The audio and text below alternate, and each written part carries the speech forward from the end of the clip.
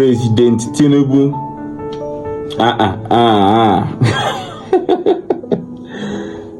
Guys, shebi I tell una say Peter Obi must collect a mandate.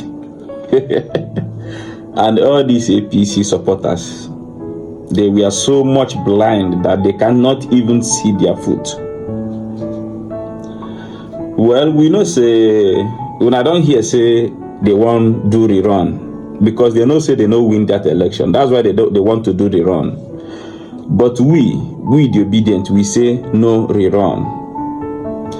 Shebi Barrister Julius Abule, the chairman of Labour Party, he don't charge the whole Labour Party's members. Say, make them get ready in case if everything lands in rerun. But we don't want rerun. We want Peter Obi mandate.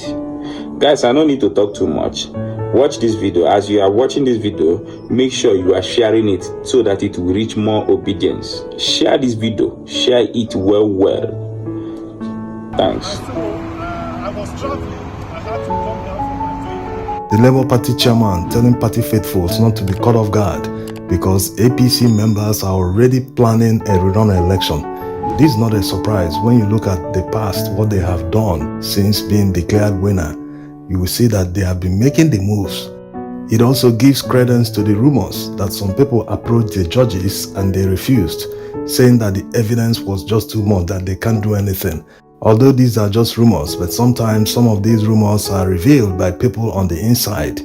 Apart from rumors, many people in the know, lawyers, and many people that are aware of the massive evidence in front of the Presidential Election Petition Tribunal judges, many of them believe that the verdict is heading towards an outright cancellation of the presidential election. Not that Peter Obi and the Labour Party did not submit enough evidence to prove that they won the election, but let's take it one by one. This Presidential Election Petition Tribunal is not like any other seen in Nigeria.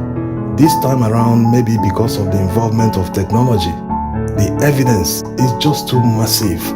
The petitioners, Labour Party and PDP, all provided evidence of substantial non-compliance by INEC in the conduct of the presidential election.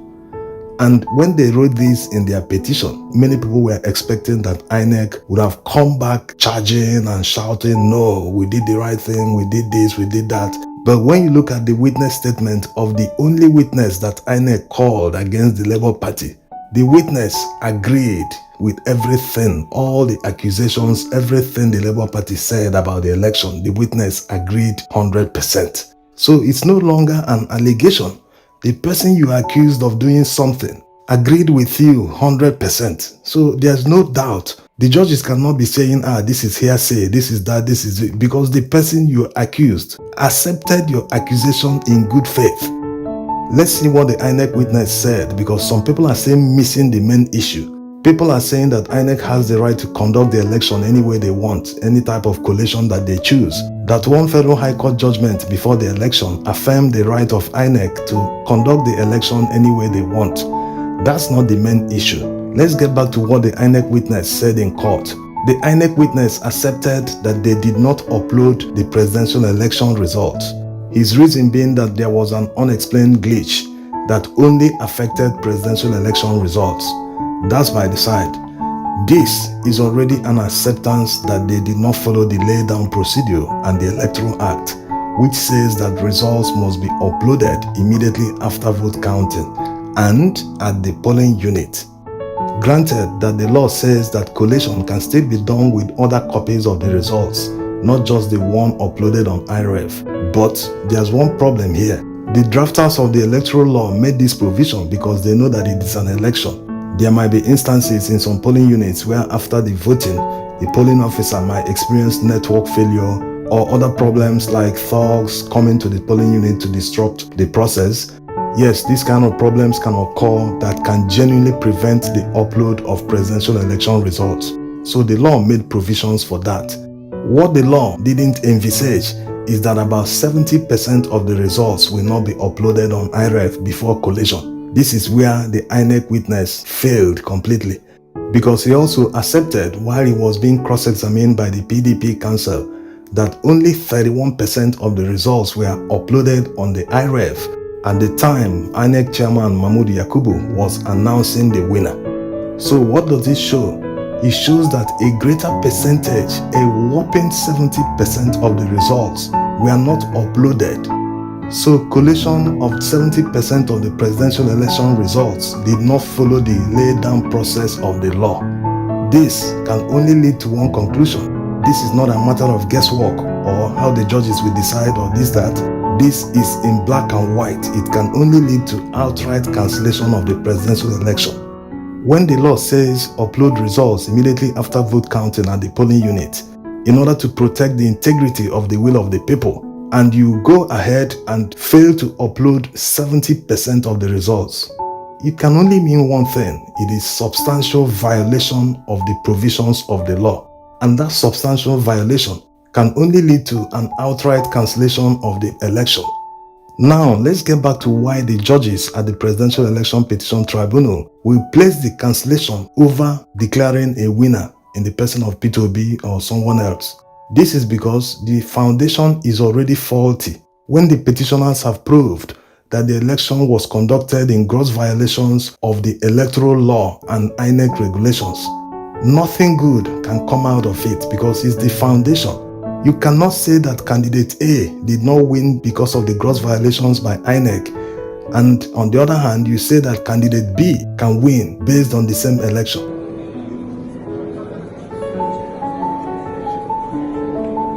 Not that Peter Obi and the Labour Party didn't show that they won the election, that it was the gross violations of the electoral law and the non-upload of the result sheets at the polling unit that enabled INEC to collect rigged results in favor of APC. Yes, they submitted evidence to prove this. You can watch this video where we made the analysis. That notwithstanding, the fact that they proved the gross violations by INEC might make the judges to overlook whatever evidence they are presenting that proves that they won the election. And this might also give the respondents some arguments, especially when it gets to Supreme Court, that the petitioners can be claiming that the election was flawed, and on the other hand still be claiming victory, that everyone should suffer the fate of a flawed election, which means that they will be in favor of a cancellation of the election so that everyone can participate.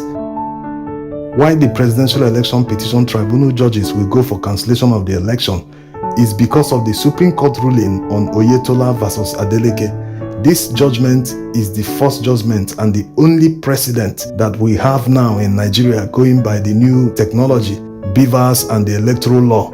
In that judgment, the Supreme Court specifically said that results must be uploaded on IREV before collation can take place.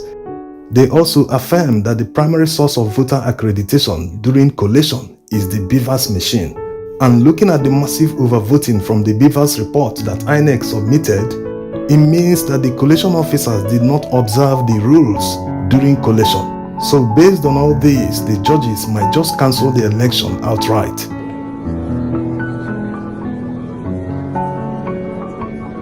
So except something else happens, Nigerians should be preparing for a fresh election. And if truly the judges will cancel the election, they will still decide on other pleas by the petitioners, the issue of qualification of Tinubu, the issue of double nomination of Shetima. So if they return in the negative, that means they will all participate in the new election. But if they are disqualified, that means all the other parties, including Labour Party and PDP, will contest in the new election. It's a pity that it has to go this way, because look at the billions that Nigeria wasted to conduct this election. And people wasted the money for nothing. They couldn't just follow due process. And they can't say they didn't follow due process for nothing. They must have done it out of interest or monetary influence from politicians. That's why anyone that eventually emerges the winner of the presidential election must make sure that all these INEC workers from top to bottom, including politicians who influence them, must be brought to book, because Nigeria cannot go through all this without people learning their lessons. People need to understand that the law must be upheld, that all actions have consequences.